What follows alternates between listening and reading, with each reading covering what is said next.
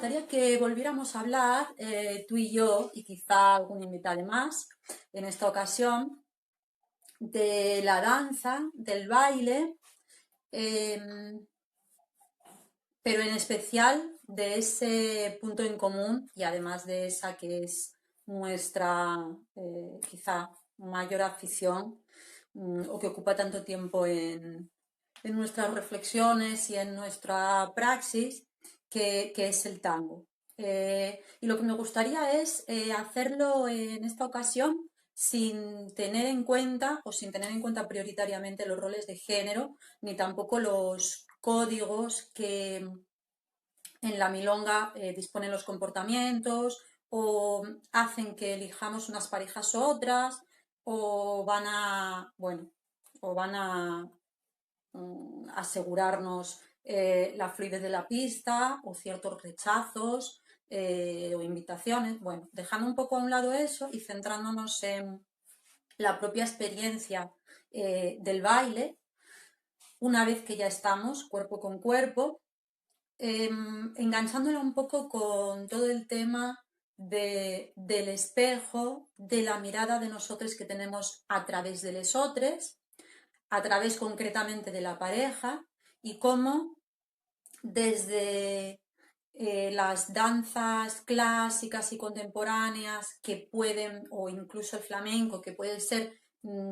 perfectamente individual, pasamos a las contradanzas que nos ofrecen claramente un espejo que ya no es el de los espectadores o el de un determinado público. Y ahora ya demos un paso más adelante y hablemos de los bailes de pareja en los que el espejo se convierte quizá en algo interiorizado o en algo que nos gustaría fagocitar o mezclarlos con él y que por tanto da comienzo a una estética más caníbal y también a una necesidad de autoimagen más fundida con los otros. Digo de tango porque, aunque me gustaría hablar de los bailes de pareja en general, pienso que el tango es el baile de pareja que más de pareja es, en el sentido que muchas veces hemos comentado, en el que el abrazo es verdaderamente un abrazo, en el que la interdependencia cobra un protagonismo y en el que realmente se produce un devenir otro, ¿no? Un devenir en el otro. Solo supongo, pero bueno, es un supuesto también un poco desde el exterior, que en otros bailes de pareja, aunque son de pareja, están un poco más en ese intermedio entre las contradanzas y el baile de pareja o el baile de salón. Entonces me gustaría hablar de estas dos cosas y preguntarte, lo primero, para arrancar, si efectivamente crees que el tango es el baile de pareja, más de pareja, o no, o quizá hubiera algún comentario intermedio.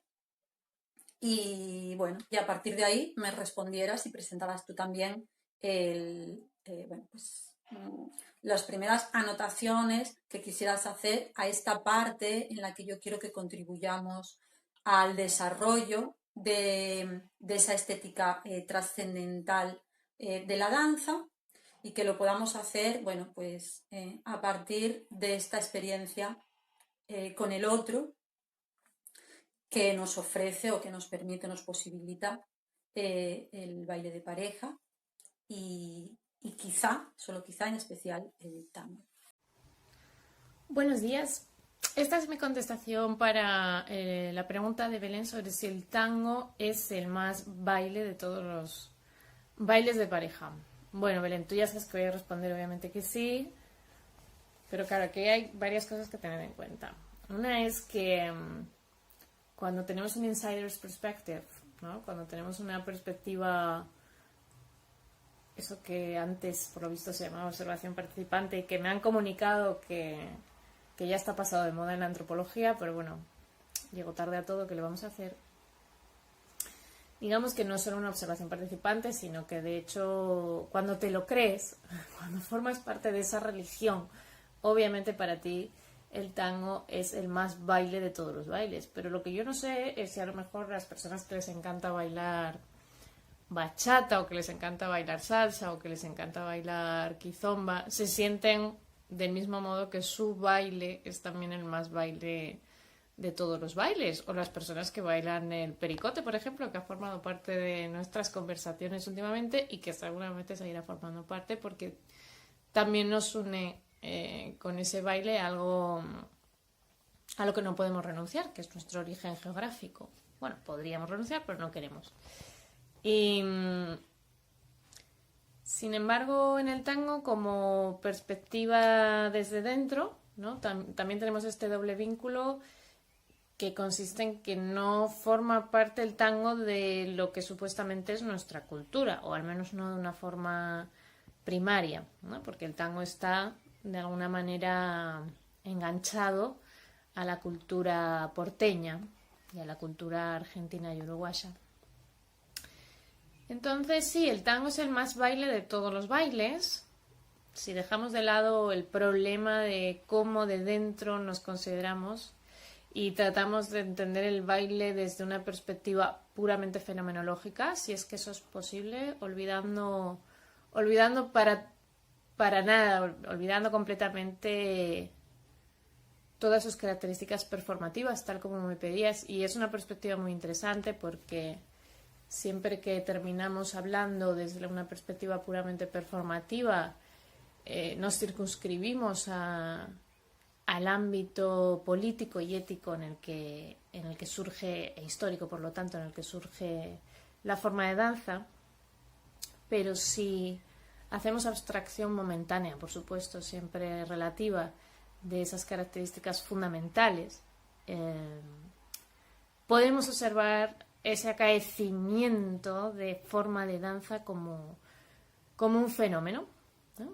Y como un fenómeno, digamos, metafísico en sí. Y en ese sentido, lo que me gustaría aventurar es que no es solo que el tango sea el más baile de todos los bailes, es que incluso diría que no es un baile, diría que es un modo del ser, o un... No, vamos a quedarnos por el momento con un modo del ser. Y bueno, por supuesto aquí volvemos a lo mismo. Para quien le guste la salsa y esté en el mundo de la salsa, seguramente la salsa será un modo del ser. Para quien esté en el flamenco será sin duda alguna un modo del ser. And so on.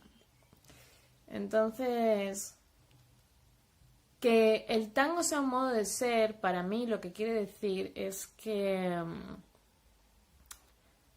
cuando yo estoy bailando tango, de alguna forma yo dejo de ser yo, ¿no? Como no estoy en mis pensamientos. El yo está asociado al pensamiento y a la identidad. Entonces, cuando estoy bailando tango, yo estoy encarnando la identidad del tango y la mía que se ha construido subsidiariamente a partir de esta, pero no mi identidad originaria, sino la propia identidad del baile en sí. Ese modo de ser propicia un desenvolvimiento del espacio-tiempo y del cuerpo peculiar, ¿no? Y entonces ahí me gustaría mucho también introducir la cuestión del espejo, porque se suele decir muchas veces, ¿no?, que el baile tiene una cuestión de espejo, o tú comentabas en algunos de tus vídeos estos días, de tu muchísima producción, de tu prolífica producción cuarentenil,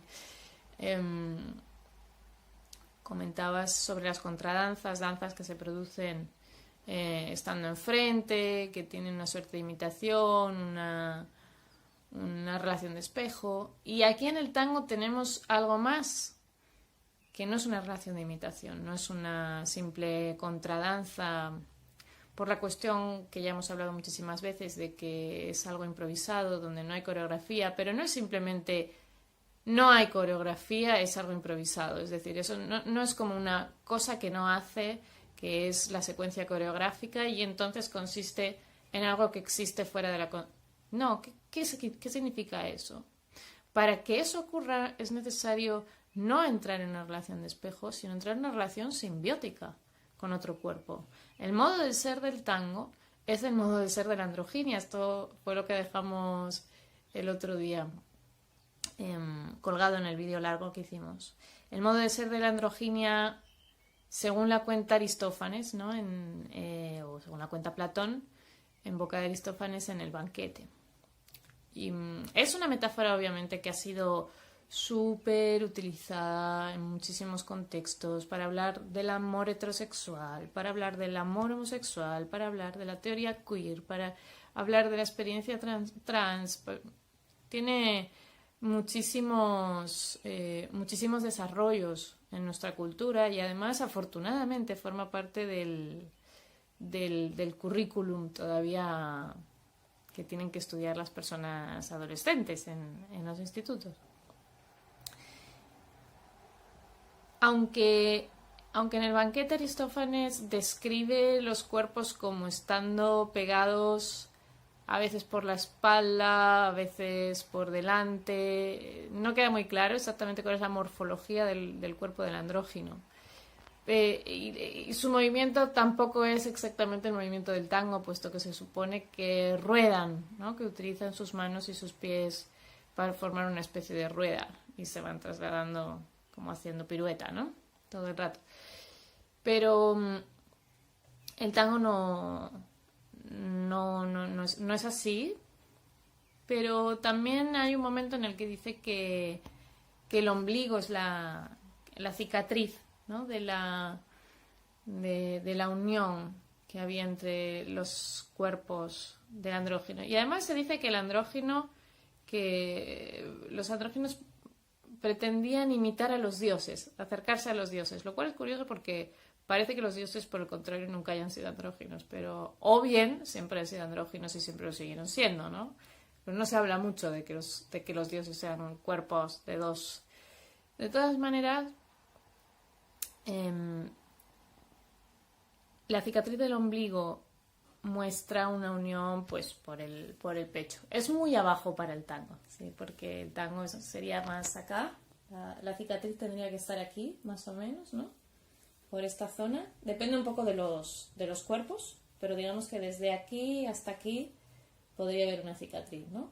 Por toda la zona donde están los órganos, controlan nuestras funciones vitales. El tango es un modo de ser porque efectivamente realiza esa fantasía del andrógino que forma parte de lo que entendemos en la cultura nuestra, de raíz greco-latina, por amor. Y el amor tiene obviamente un papel político fundamental de los lazos de la polis y de los lazos sobre los que la polis se basa, por supuesto, pero además es también esta posibilidad metafísica de unión entre el cuerpo y el alma, porque la unión entre el cuerpo y el alma no es que se produzca simplemente puede producirse en una relación de espejo, pero es que en el tango se produce en una relación de simbiosis corporal en la cual dos cuerpos se convierten en un solo cuerpo, y esto en un sentido puramente motriz, ¿no? Aquí podríamos entrar de nuevo a la cuestión de los roles desde este punto de vista fenomenológico para intentar dirimir si es necesario que para que esa unión entre el cuerpo y el alma no implique una jerarquía sexual haya una técnica de movimiento en la cual los roles no existan para nada. Esas técnicas existen, pero están infrapracticadas, como ya hemos hablado muchas veces también, porque existe un apego hacia los roles, ¿no? Existe un apego hacia ocupar el cuerpo dentro de esa jerarquía por el prestigio social e histórico que tiene, ¿no? Y que comporta. Sin embargo, dentro de los mismos roles también hay hints, ¿no? Como también hay como detalles de desrolización, como sabemos. Cuanto mayor es la expertise, cuanto mayor es la voluntad de quienes bailan de fundirse con la música o de simbiotizarse con una música que conocen súper bien, más los roles son obligatoriamente diluidos por las circunstancias, ¿no? Porque manda Troilo. Como dice el tango Danza Maligna, interpretado por la orquesta de Enrique Rodríguez, las milongas son sus altares y el sacerdote el bandoneón. Entonces, bueno, este modo de ser que el tango es la realización del andrógino tal como es pensado en la cultura occidental, sin ninguna duda. Y yo no creo que haya, efectivamente no creo que haya otro baile que pueda presumir de eso, precisamente porque, bueno, quizás sí. Vamos a no ser tan chauvinistas de pensar que no, lo nuestro es lo mejor y lo de los demás es una mierda. Quizás sí, pero en el tango yo creo que es más porque el tango propone una unión que es una unión energética desde la misma cicatriz donde está donde se muestra esa antigua unión, ¿no? que es relacional, y esa unión, que no siendo una relación de espejo, sin embargo, es una relación de identificación, no de identificación, de identidad. Quizás este es un espacio justamente donde se abre la diferencia entre la identificación y la identidad, entre dos cosas en este sentido, ¿no? Entre dos cuerpos.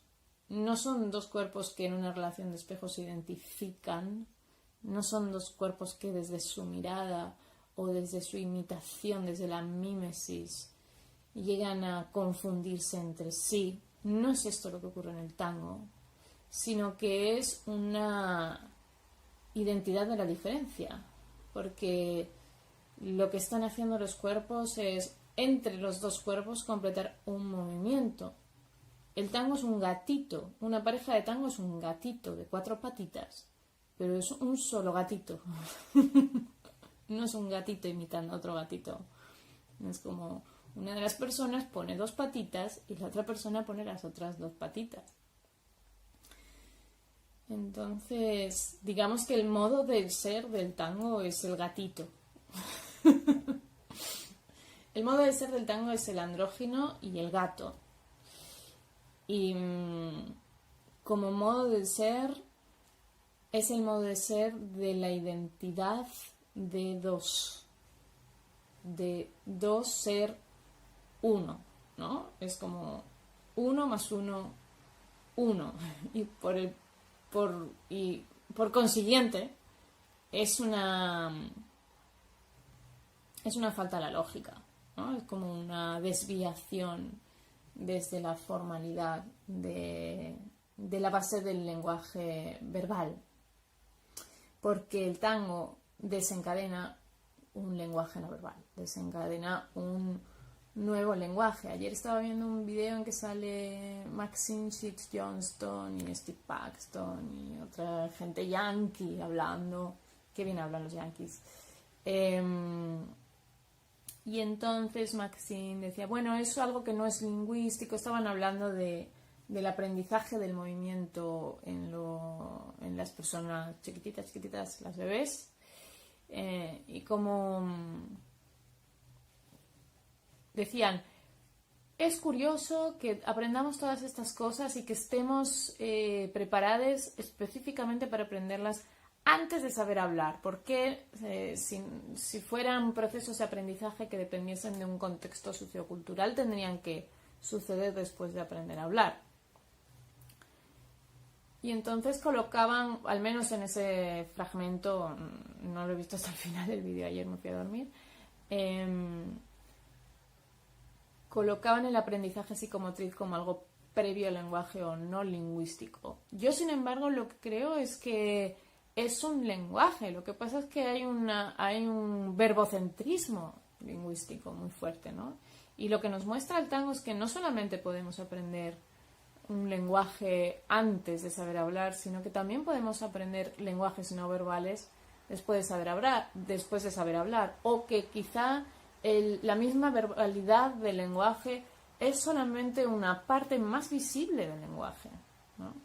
Mientras que otras partes están, no diré más deprimidas, están simplemente más ignoradas, menos desarrolladas, tienen menos prestigio, tienen menor papel sociocultural, y ahí sí que la encarnación se une un poco en su relación con lo performativo, puesto que simplemente es que lo performativo es muy captado por el lenguaje verbal, pero eso no quiere decir que siempre tenga que ser verbal, y de hecho no lo es. Y de hecho sabemos que no lo es porque el movimiento es precisamente uno de los caracteres performativos más llamativos y más decisorios a la hora de atribuir significado, ¿no? Por ejemplo, al género de una persona, al movimiento de una persona, a su clase social, a lo que sea, ¿no? A cualquier característica que no sea que no esté, por ejemplo, relacionada solamente con el color de su piel o con su aparente sexo biológico. Entonces, o con otras características que no se me ocurren ahora. Así que el tango, como modo de ser, prueba, muestra y desarrolla esas extensiones del lenguaje, ¿no? Esas extensiones del lenguaje que nos muestran que 1 más 1 es 1 y que entre dos cuerpos se puede producir una relación no solo de identificación, sino más allá una relación de identidad. Dos cuerpos son un cuerpo, ¿no?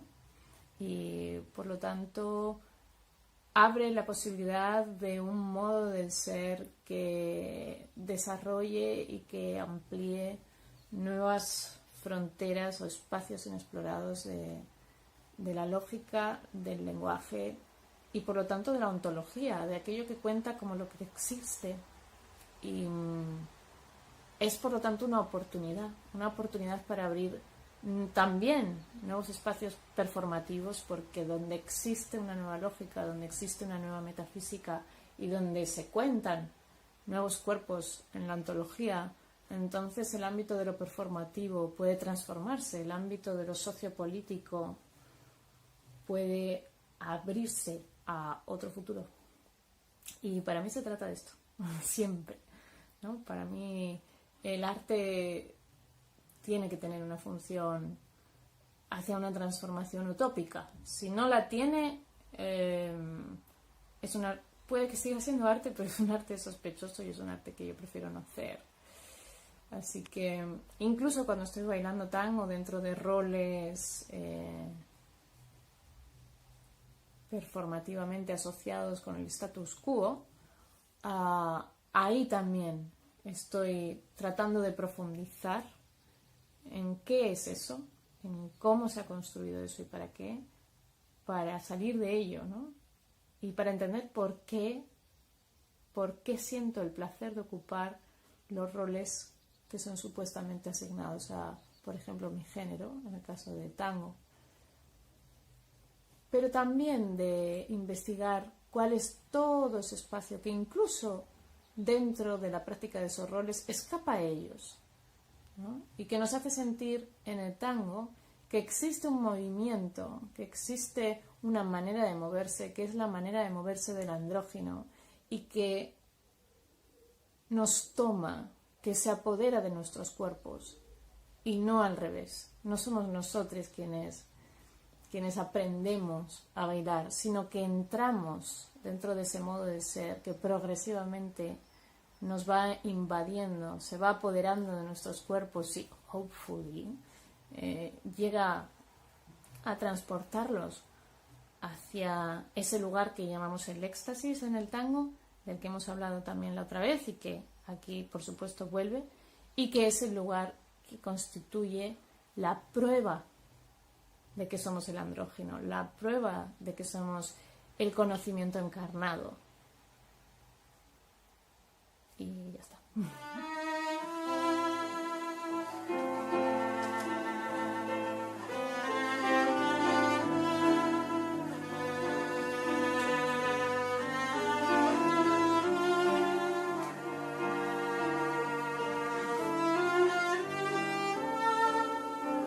Y la pregunta para ti es, ¿cuáles son los elementos que conforman las fuerzas que caracterizan el erotismo del tango? Bueno, Laia, hola. A modo de preámbulo y recogiendo algunos de los hilos que tiraste en tu intervención, voy a ir escogiendo algunos lugares que me van a servir para esbozar una respuesta que pudiera servir para definir de algún modo posible el tipo de erotismo que se abre paso en el tango, en el baile del tango. En primer lugar, como señalabas, la identidad, ya no vamos a decir en el tango, sino en general, haciendo un poco repaso ontológico de cómo podemos concebir la realidad en general y las relaciones entre las cosas. Diría que la identidad, y un poco inspirada por lo que comentaste, diría que la identidad no está en la materia quieta, es decir, no está en el perímetro del cuerpo, sino en el movimiento, en el logro del movimiento.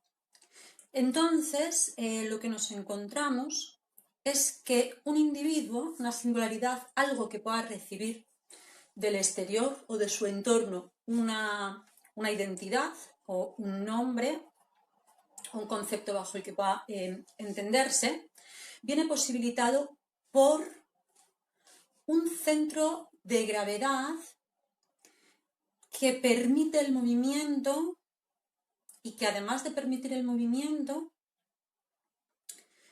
liga unas cosas con otras. Es decir, estaríamos hablando de un centro de gravedad en torno al cual una serie de objetos parciales se conmueven unos a otros, se arremolinan y se conmueven unos a otros. Y este centro de gravedad, es decir, el que exista un centro de gravedad prioritario, sería el que conforma una individualidad o una singularidad. Casi estamos en una visión aristotélica del alma. El alma es lo que anima, el alma es lo que permite a cada cual, dependiendo el tipo de alma que tenga. Si hablamos de la sensitiva, del animal, lo que permite el alma es que un montón de cosas diferentes, de singularidades, de partículas diferentes, funcionen de forma coordinada para generar o posibilitar un movimiento. Entonces, la identidad tendríamos ya que desplazarla desde esa costumbre metafísica o a lo mejor desde esa costumbre del sentido común por el que la atribuimos al perímetro de nuestro cuerpo o aquello que visualmente coincide con unas fronteras o con unas superficies que a simple vista no están agujereadas, pero que en realidad sí lo están y que son rutas de paso y que son circuitos y caminos comunicantes. Luego vamos a ver cómo todo tiene que ver un poco también con el tema de la vista. El prejuicio de la vista, podríamos resumir, hace que atribuyamos habitualmente identidad a una cosa que consideramos independiente o que tiene una autonomía, no por lo que haga, no por el movimiento, no por la acción de la que sea potente o capaz, sino simplemente por el prejuicio visual que hace que distingamos fronteras según las superficies. Superficies, como digo, que no parecen porosas a simple vista, que no parecen porosas a distancia, ¿no? en un primer acercamiento. estaríamos también aproximándonos a algunas ideas de la antigüedad, como sean las ideas de vórtice y como sean después las ideas de engranajes y tuercas, engranajes. Entonces, el cuerpo entonces no quedaría individualizado por ese perímetro, sino por su capacidad dinámica. Y por tanto también por la onda expansiva que le permite generar efectos hasta un determinado número de cuerpos que le son propios, que entrarían dentro de ese vórtice a funcionar en coordinación, y también de su onda intensiva que permite retener y conmover.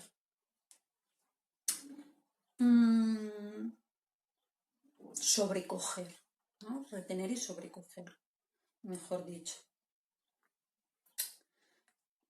Esta perspectiva es una perspectiva muy barroca. Deleuze en Spinoza, pero también en Leibniz, dice que el cuerpo llega hasta donde llega su acción. Se nos aproxima la idea antigua, como decíamos antes, idea griega de motores y engranajes, idea también de vórtice. Pero a esta idea se le estaría uniendo la técnica. Una cierta idea también de prótesis que aumenta la potencia de nuestro cuerpo, que lleva a nuestro cuerpo más allá.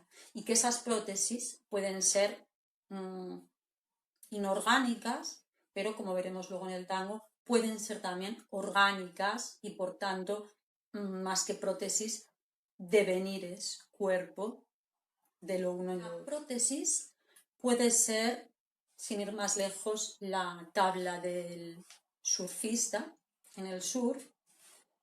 Deleuze lo pone de ejemplo en esas clases que estaba dando sobre Spinoza y que están recogidas en la editorial Cactus, en medio de Spinoza. Y usa justamente esta relación entre el surfista y su tabla y la capacidad para cogerle el ritmo a la ola, ¿no? Estos tres elementos como elementos del conocimiento por efectos, que sería como la primera parte en la que entramos a cogerle el ritmo al conocer, y que es justamente cogiéndole el ritmo a las cosas con las que queremos movernos e interactuar. Estaríamos entonces hablando de algo inanimado que va a hacer mover y que va a ser movido. Y en este sentido llegamos a esa desindividualización, o más bien a una extensión de la singularidad que se apropia de algunos objetos y los pone a funcionar en su favor, o se pone la persona a aprovechar la fuerza de la ola para su propio movimiento. Bueno, en estos casos estaríamos ya viendo cómo hay una cierta experiencia de la continuidad ontológica, una experiencia del ser de la que tú hablabas, y ya entonces, sin necesitar haber llegado a la pareja de baile, podemos tener una cierta despersonalización con el surfista, con su tabla de surf y con la fuerza de la ola con la que se va a mover en cierta simbiosis, una simbiosis inorgánica que podríamos dejar en una simbiosis óntica. Pero habría esa experiencia y una cierta erótica en cuanto que apertura al ser. Bueno, hasta aquí parece como que me preguntas por la erótica en el tango y que yo de vuelta por lo que te pregunto es por el motor inmóvil, porque hemos estado hablando de cosas que se mueven las unas a las otras, que se conmueven, pero faltaría entonces hablar de la condición de posibilidad de que esas cosas aparezcan justamente como efectuaciones del movimiento, como fotografías o eh, como momentos estáticos o estáticos relacionalmente del movimiento. Un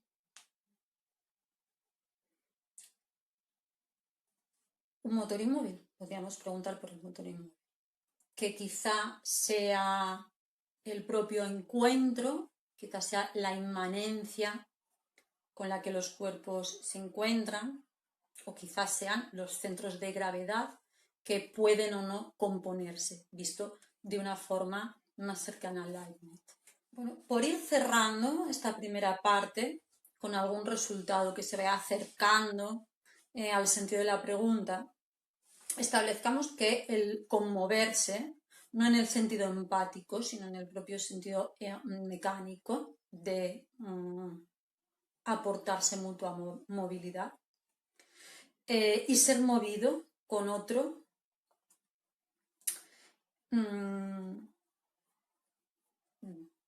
que deja por ello de ser otro, como tú indicabas, y en todo caso desplaza la otredad. Si nos fijamos en la escena del tango o de la milonga, que desplaza la otredad, en todo caso, a otras parejas o a observadores externos o a turistas despistados que pudieran entrar en ese entorno y que pudieran mirar y objetivar a esa pareja de baile o cuerpo andrógino al que tú te referías como uno. O sea, serían no otros entre ellos, pero sí una singularidad respecto de esa otredad que está desplazada hacia el resto y exterior de la pista y que pueden observar. Digo todo el rato que la mirada y la no mirada va a tener mucha relación con la erótica que quiero plantear como propia del tango, aunque solo fuera a modo de introducción. Bueno, en Bataille justamente encontramos que lo erótico es una experiencia ontológica, como tú misma indicaste, ligándolo a la experiencia del baile con el tango, en el sentido de posibilitar una experiencia del ser. En Bataille una experiencia del ser es una experiencia de la muerte, puesto que hay una pérdida de la individualidad, una descomposición de la antigua individualidad en favor de otra nueva composición de cuerpos que entonces nos están hablando de la muerte del individuo anterior.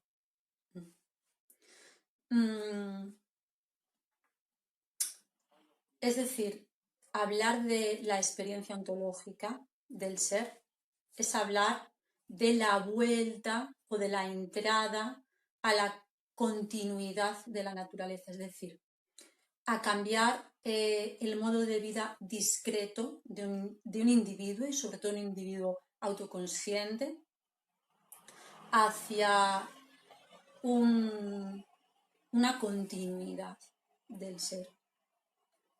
Y eso supone la muerte del individuo. Se da también una suerte de despersonalización.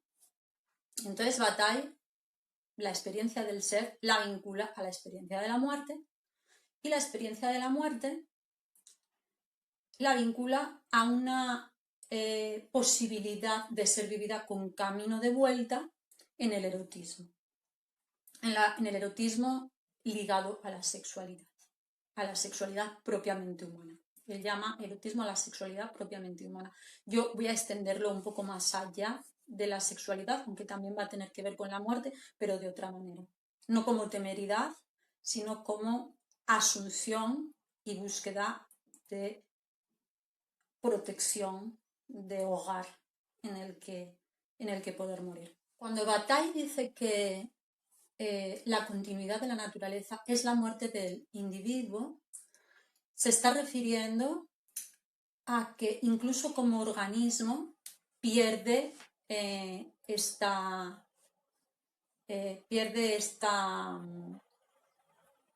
este área propio del que parte, ¿verdad? Pierde este área porque sus fluidos, canales comunicantes, orificios, etcétera, van a ponerse a funcionar y a recorrer un organismo que está más allá del propio cuerpo, de los propios dos cuerpos separados previamente. En la sexualidad va a ocurrir eso. En un beso simplemente va a ocurrir eso. Es decir, no solo es que se encuentran, sino que todo lo que hay dentro de nuestro cuerpo, todos los fluidos que forman parte de la circulación de nuestro cuerpo, que lo anima y que le da vida, van a empezar a seguir unos circuitos diferentes que incluyen lo que antes era un cuerpo ajeno y ahora está como engastado en el nuestro. Entonces, bueno, la cuestión es que si el surf también es una experiencia ontológica, o pudiera ser una experiencia ontológica con el mar, habría que perseguir la parte simbólica que se convoca también en el baile, en el tango, en aquello que forma parte al menos de lo humano y que motiva y dirige y funciona como reclamo en las emociones humanas y en las nostalgias humanas. La erótica que voy a plantear para el tango, que sería una experiencia ontológica, pero también orgánica, sería la erótica más inocente o de recuperación de una inocencia perdida, el intento de reconstrucción de un estado anterior al de ser arrojado al mundo, ¿no? Al de estar abandonado, solo o confinado en sí mismo. Entonces, como hablamos de recuperar o de reconstruir un estado anterior, que yo creo que tiene que ver con la vida intrauterina, pues estaremos hablando de nostalgia. Y la nostalgia juega un papel súper importante en el universo simbólico del tango. Creo incluso que en la piel y en el tacto y en las sensaciones a nivel fenomenológico que funcionan para la psique. La nostalgia y su remedio. O la nostalgia y un compartirla, que viene a ser lo mismo que su remedio. Y ahí estaría también, encontraríamos una cierta religiosidad. Bueno, en mis vídeos anteriores hablaba, el leitmotiv era el espejo. El espejo es la herramienta por excelencia de objetivación, quizá la única. Porque donde no hay espejos podemos buscarlos en el reflejo de un río como Narciso, en el iris de otra persona, en la respuesta de otra persona, en su reacción ante nuestra presencia, pero en todo caso el espejo, así como máquina o como aparato, parece ser imprescindible en el intento de superar la psicosis, como prevención de la psicosis, pero al mismo tiempo como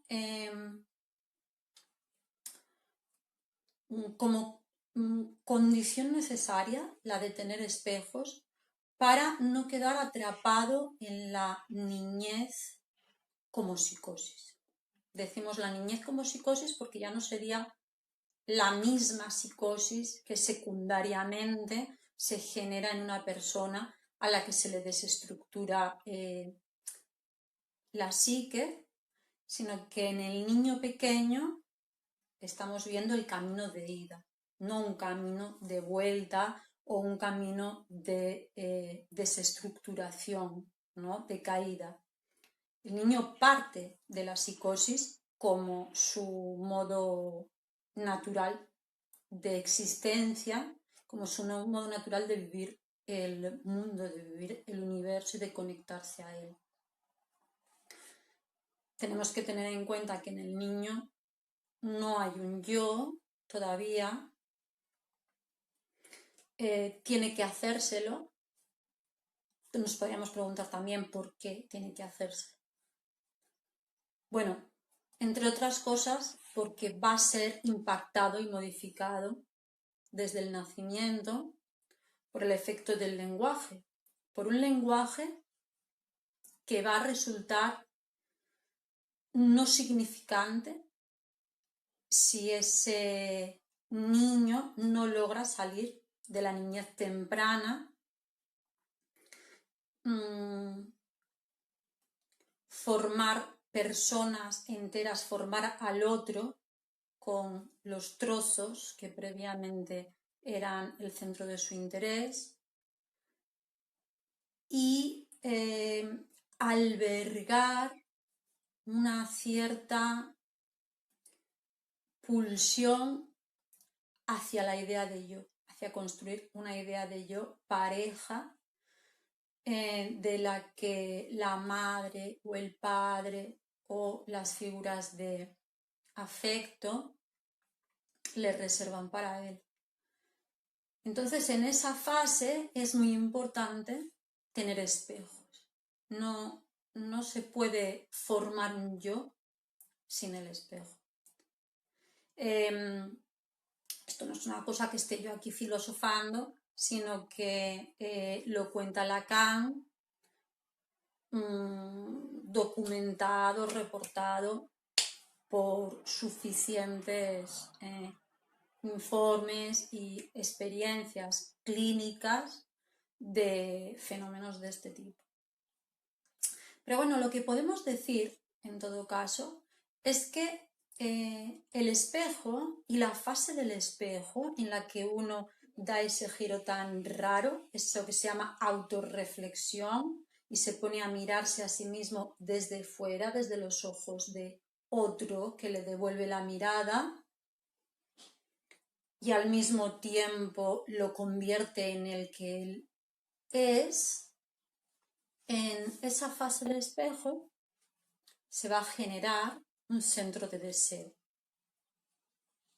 Se va a mirar y cuando logra reconocerse se va a organizar un centro de deseo que dará lugar a la idea de yo y que permitirá que todo el mundo simbólico transmitido por el lenguaje que le está llegando e incluso saturando, el mundo instalado en esa sobrenaturaleza simbólica e insignificante que viene impuesta por el lenguaje, va a tener un sentido que de lo contrario no tendría, ¿no? En el momento que no se pudiera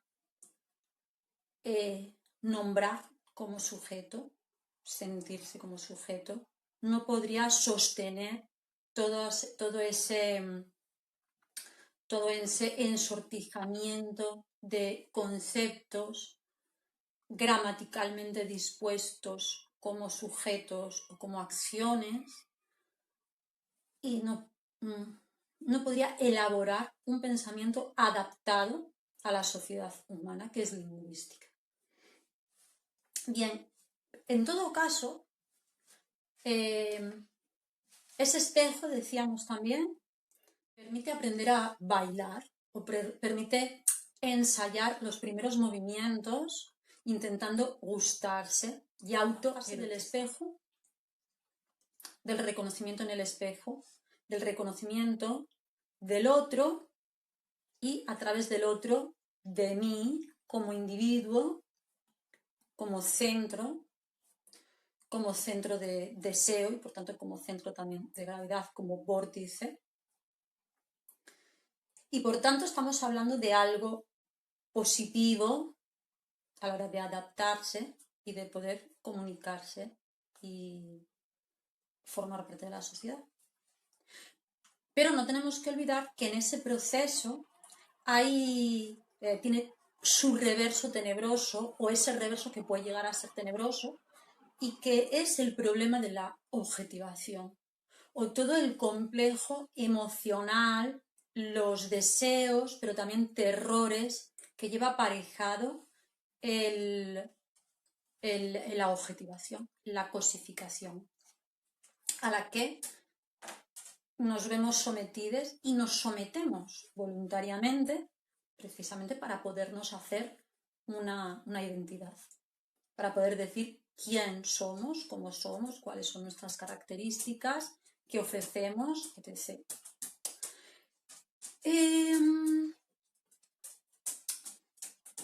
Bueno, en el baile de pareja, sea cual fuera, pero siendo el tango un devenir muy elocuente y simbólico, aunque fue también en el origen un baile que tenía la estructura de los bailes latinos que ahora conocemos. O sea, a lo mejor fue el primer baile latino.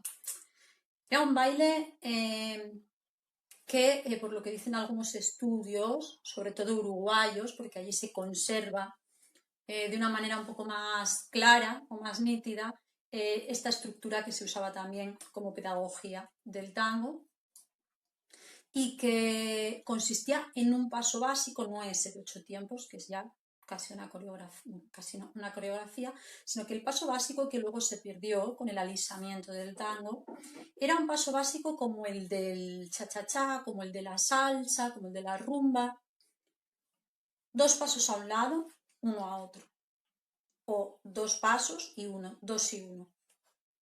Nos podría resultar raro, pero bueno, simplemente es un paso con contratiempo, un paso liso, dentro del cual apareció enseguida la variación en la que hace de chica termina con el cruce, ¿no? Esa parte intermedia que son los pasos 3, 4, 5 de esa coreografía que en los 90, creo yo que fue sobre todo ahí, o en los 80, 90 se utilizó durante un tiempo como pedagogía para iniciarse en el tango. Esos pasos centrales serían los que componían el paso básico. Y de esta manera la verdad es que podríamos reelaborar toda una enseñanza del tango, quizá desde un paso más natural, porque permite estos 2 pasos a contratiempo y uno liso, permiten las caídas, permiten las cadencias,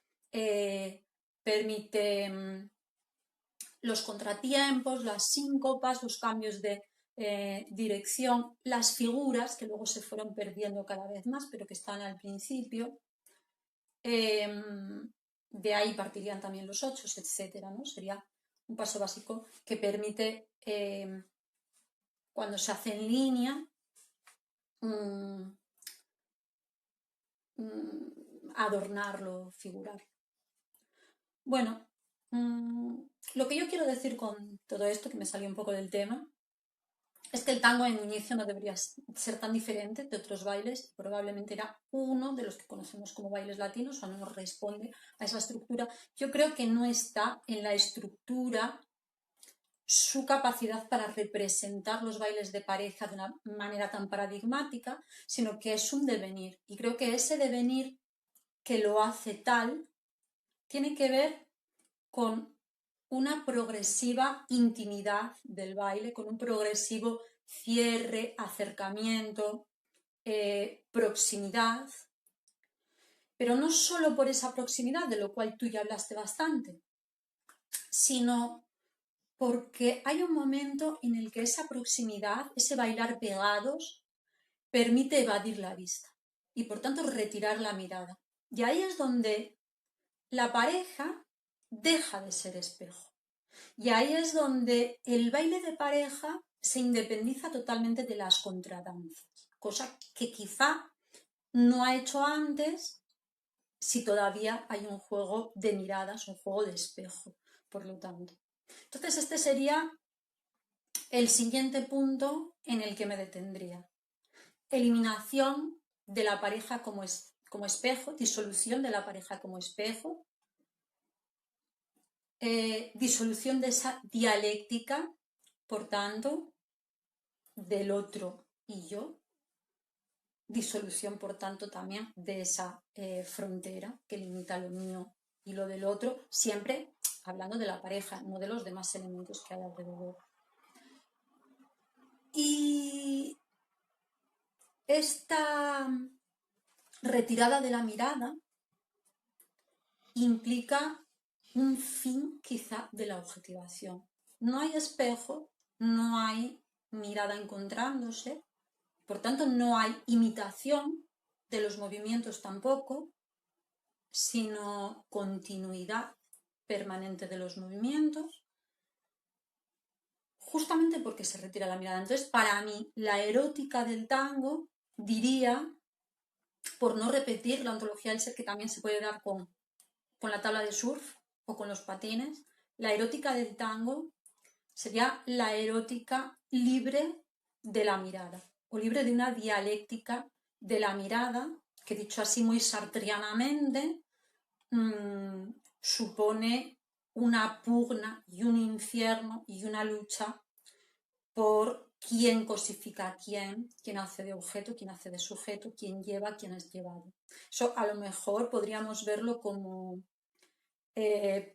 prehistoria del tango de género, en el que a lo mejor se sigue dando justamente esa pugna, en la medida en que el baile no es tan íntimo y no reconstruyó el andrógino de Aristófanes, como decías. Pero cuando sí logra ese andrógino de Aristófanes y sí logra una unidad dinámica y sí logra ser un vórtice y uno solo, entonces la mirada se retira.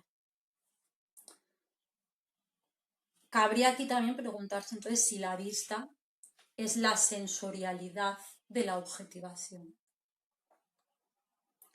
El caso es que es muy importante que la mirada, la vista, los ojos, al menos dejen de tener el primado sobre otras sensorialidades, o dejen de tener el privilegio como medio de encuentro y sean otros sentidos, otras sensorialidades, las que estén interpelándose y construyendo un solo cuerpo.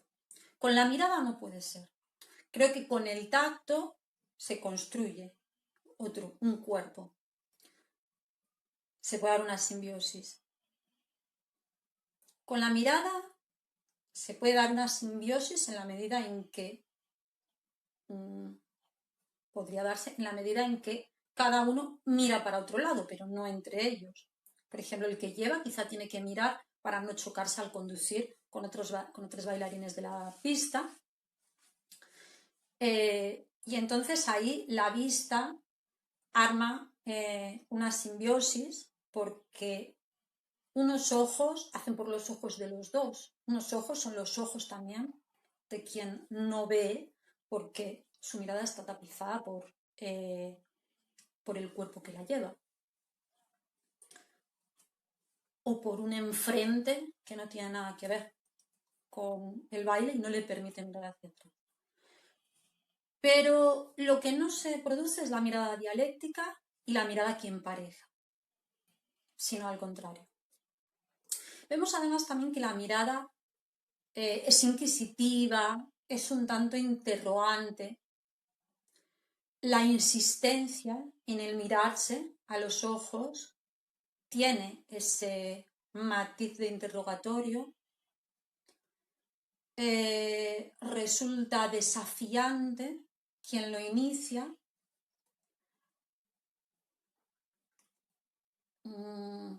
interpela de una forma agresiva, digamos. Vemos también que en los animales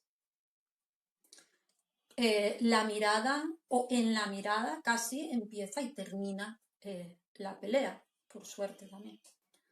Entonces, sostener la mirada, pedirlo, es un tanto inquisitivo, es un tanto invasivo y tiene ese aire de voluntad de dominación, e iniciarlo es desafiante y sostenerlo es más sumiso que valiente, aunque a veces parezca otras cosas.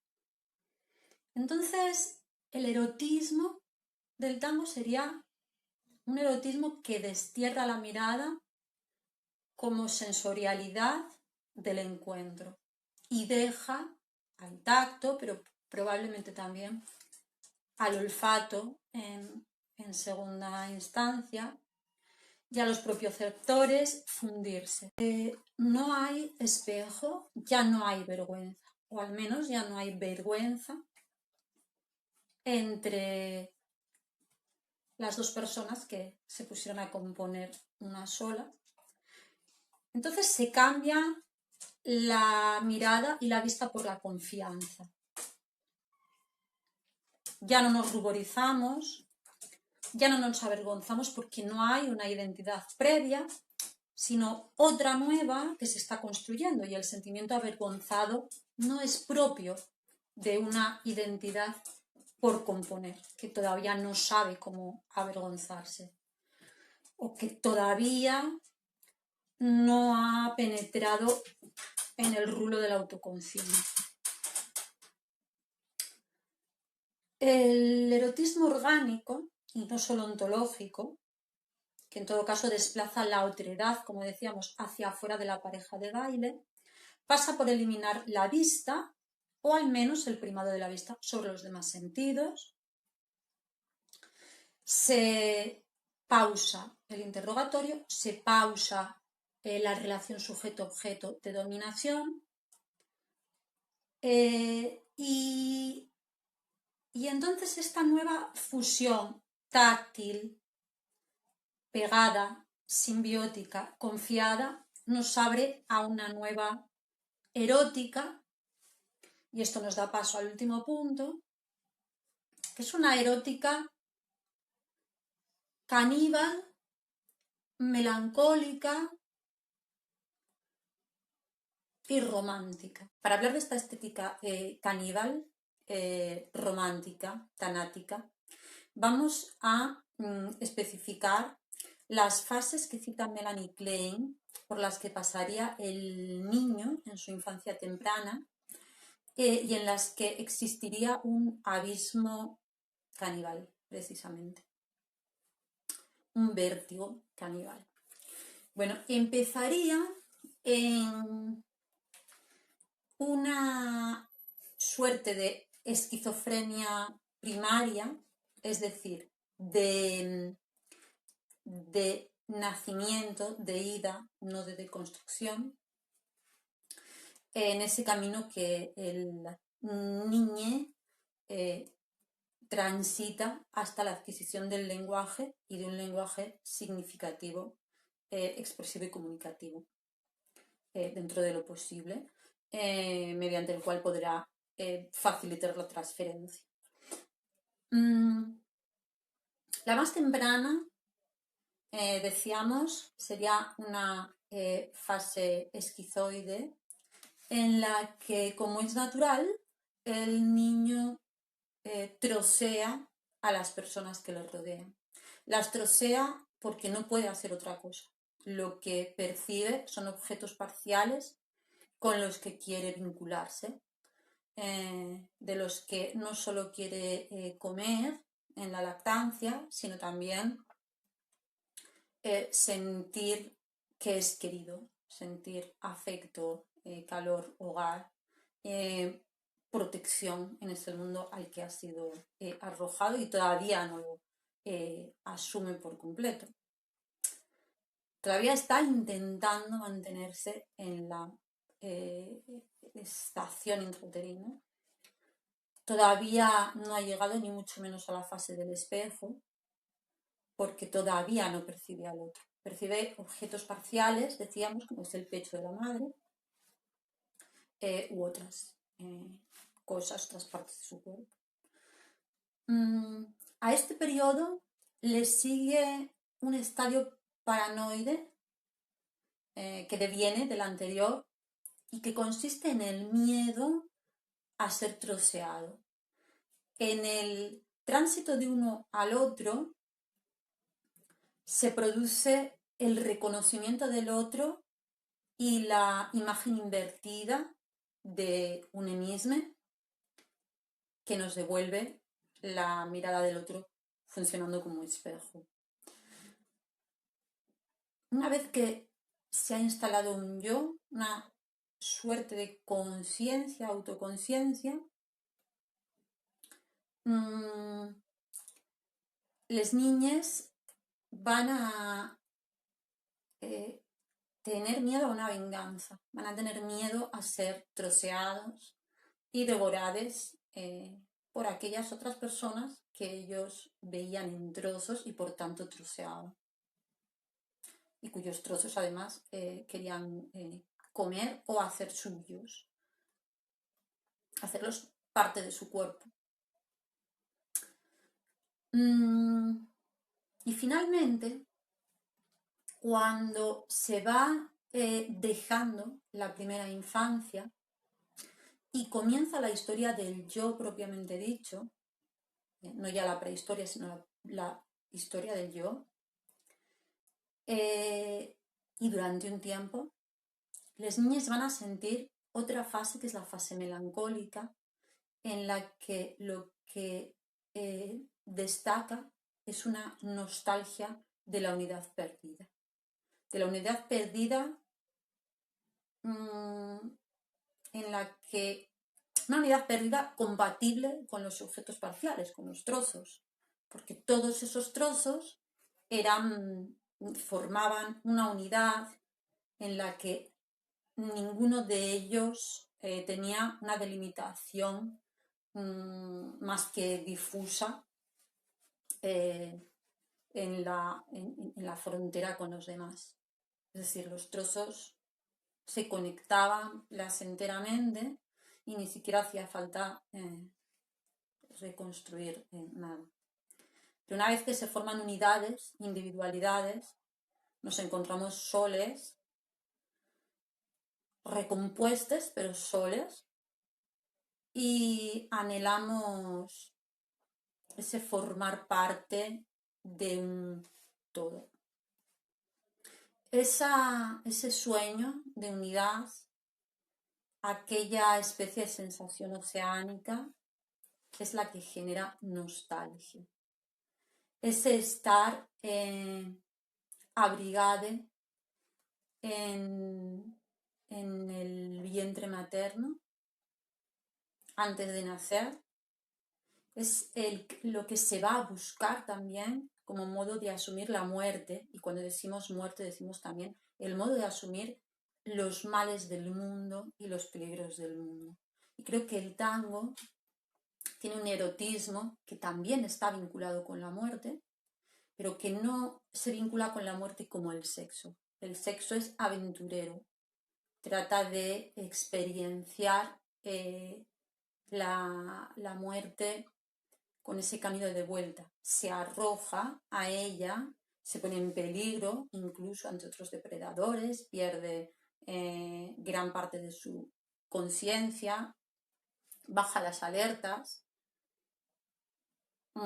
y todo eso forma parte del caos de la relación sexual.